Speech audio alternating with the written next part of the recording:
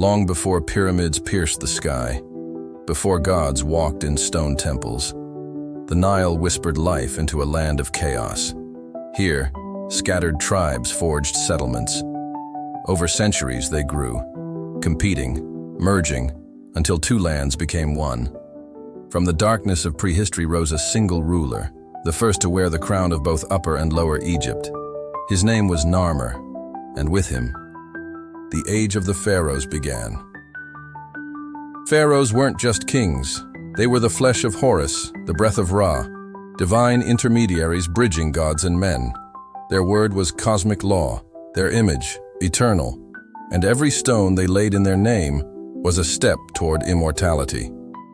In the burning heart of the desert, they built eternity. The pyramids were not tombs, they were stairways to the stars. Through mathematics, astronomy, and sheer will, they defied nature and time. Pharaohs like Djoser and Khufu reshaped the land, daring the heavens to forget them. Wealth and wonders. This was Egypt's zenith, a civilization humming with gold, art, and divine order.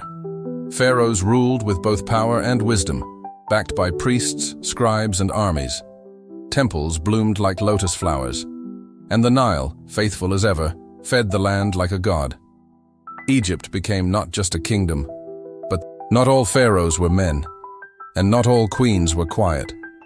From Merneth to Hatshepsut, women in royal bloodlines wielded ambition, strategy, and power. Some ruled openly, others from the shadows, but all left a mark that rivaled their male counterparts and often outshone them. Peace was fleeting. With gold in their coffers and gods at their backs, pharaohs marched to war.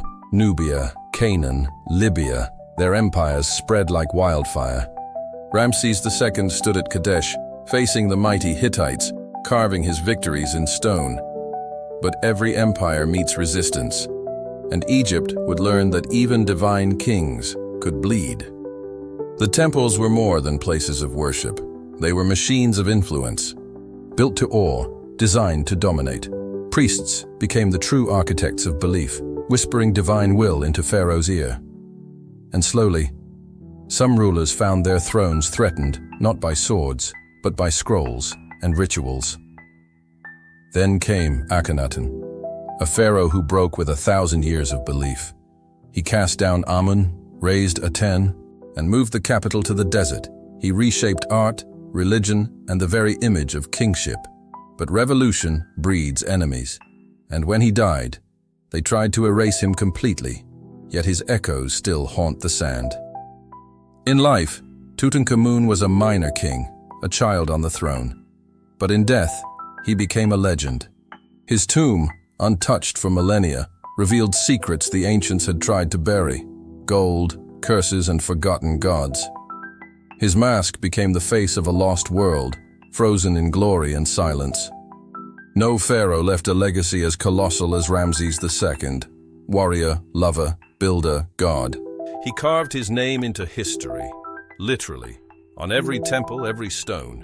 He reigned for 66 years, battling time itself, but even he could not stop the sands from reclaiming what he built.